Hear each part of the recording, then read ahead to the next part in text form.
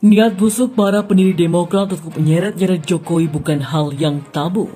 KLB tersebut telah menobatkan KSP Muldoko, seorang pejabat pemerintahan aktif berada di lingkar dalam lembaga kepresidenan, bukan kader Partai Demokrat alias pihak eksternal partai, menjadi ketua umum Partai Demokrat, mendongkel dan merebutnya dari ketua umum Partai Demokrat yang sah, yang setahun yang lalu telah diresmikan oleh negara dan pemerintah. Jangan Pak Muldoko yang disalahkan. Muldoko kita yang meminangnya masuk ke Demokrat. Jangan dibalik-balik, gitu. Kalau perlu ya mari dong berdebat AHY dengan Joni Allen. Mari dong diskusi Bapak yang saya hormati, Pak SBY di depan publik untuk supaya terang benderang persoalan di dalam Demokrat. Sandiwara politik SBY yang selama ini kita sudah ketahui tentang playing victim, seakan-akan menjadi korban dan dikorbankan, ini sudah nggak laku lagi. Seharusnya Pak SBY punya kreativitas politik lah. Rasa malu dan rasa bersalah saya yang dulu beberapa kali memberikan kepercayaan dan jabatan kepadanya. Harusnya SBY malu, bukan SBY malu memilih Muldoko. Bangsa ini malu pernah memiliki presiden seperti SBY. Kok mencaci maki Pak SBY gimana sih ini orang? Jadi kalau menurut Anda justru ini ada permainan orang luar yang masuk ke dalam begitu ya? Kami justru menghadapi. Jangan bicara enaknya begitu. Tenang, dan Bung Herman. Pernyataan Mas Herman ini sudah ketahuan sebetulnya arahnya kemana, muaranya kemana. Ada dua target yang diambil oleh SBY hari ini. Pertama tembak Jokowi, kedua ngambil opini publik. Gak lama lagi terbukti kok.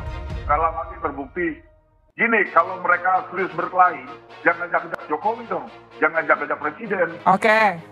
Gitu. Ini narasinya seakan-akan ini presiden mengintervensi bahwa ketua pembina berubah dalam hal ini. Muldoko itu adalah malu-malu presiden.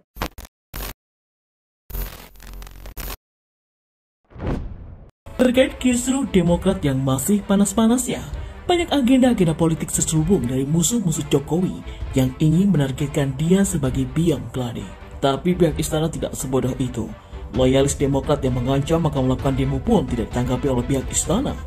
Istana yang dimotori oleh Jokowi cukup cerdik. Para kadrun yang berada di belakang SBY sebenarnya menunggu Jokowi terpeleset dalam masalah internal Partai Demokrat.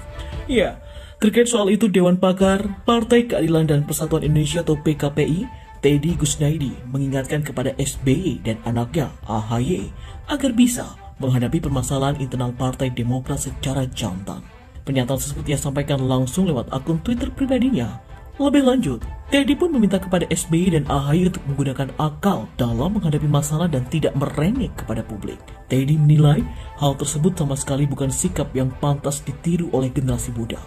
Gunakan akal untuk menghadapi masalah. Jangan belum apa-apa merengek kepada publik, lalu negara dan bangsa ini dibawa kemana-mana.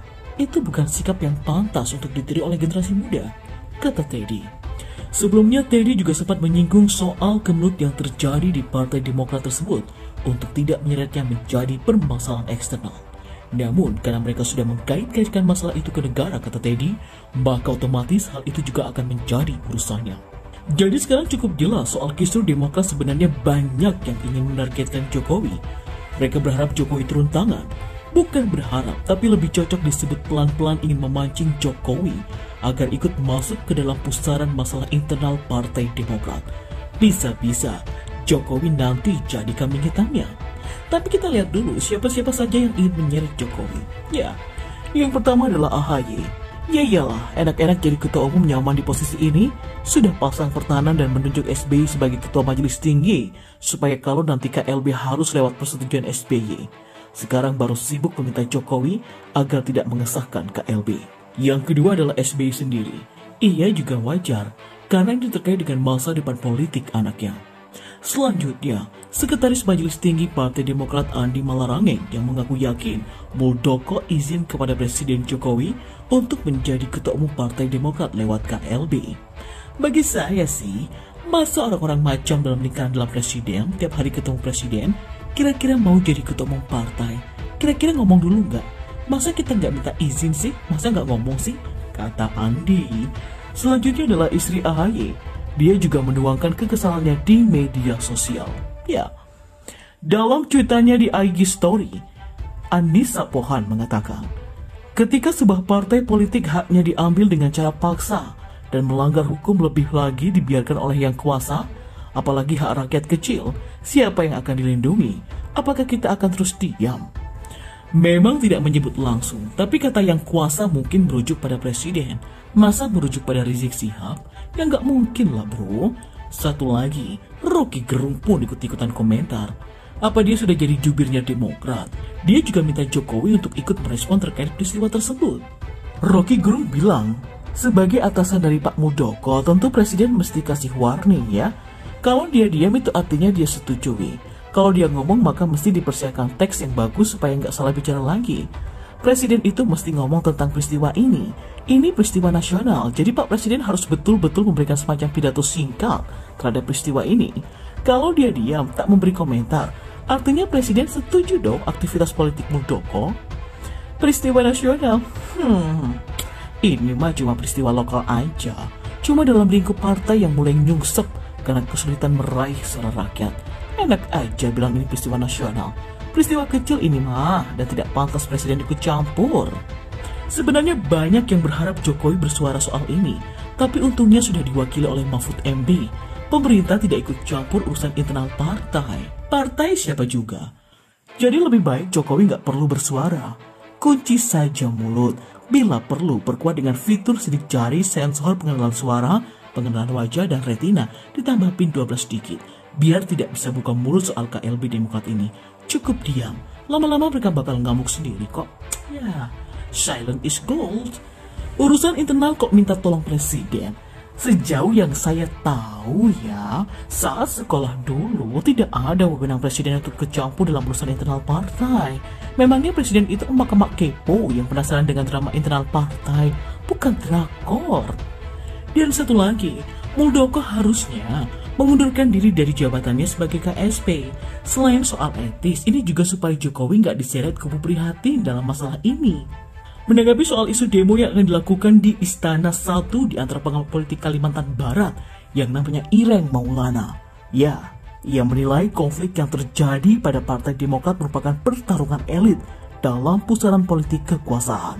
Dan menurutnya, kejadian ini merupakan pertarungan kedua kubu mempertahankan eksistensi pekar politiknya. Masyarakat, dikatakan Ireng, tidak akan diuntungkan sehingga nggak perlu iba. Nggak digaji juga kok rakyatnya. Berikut penuturannya. Dari berbagai saluran informasi kita mendapati kabar telah terjadi konflik perebutan kepemimpinan di dalam partai politik tanah air. Misalkan kisruh di Partai Persatuan Pembangunan antara kubu Surya Dharma Ali yang berseteru dengan kubu Romahur Muzi pada tahun 2014 lalu ya.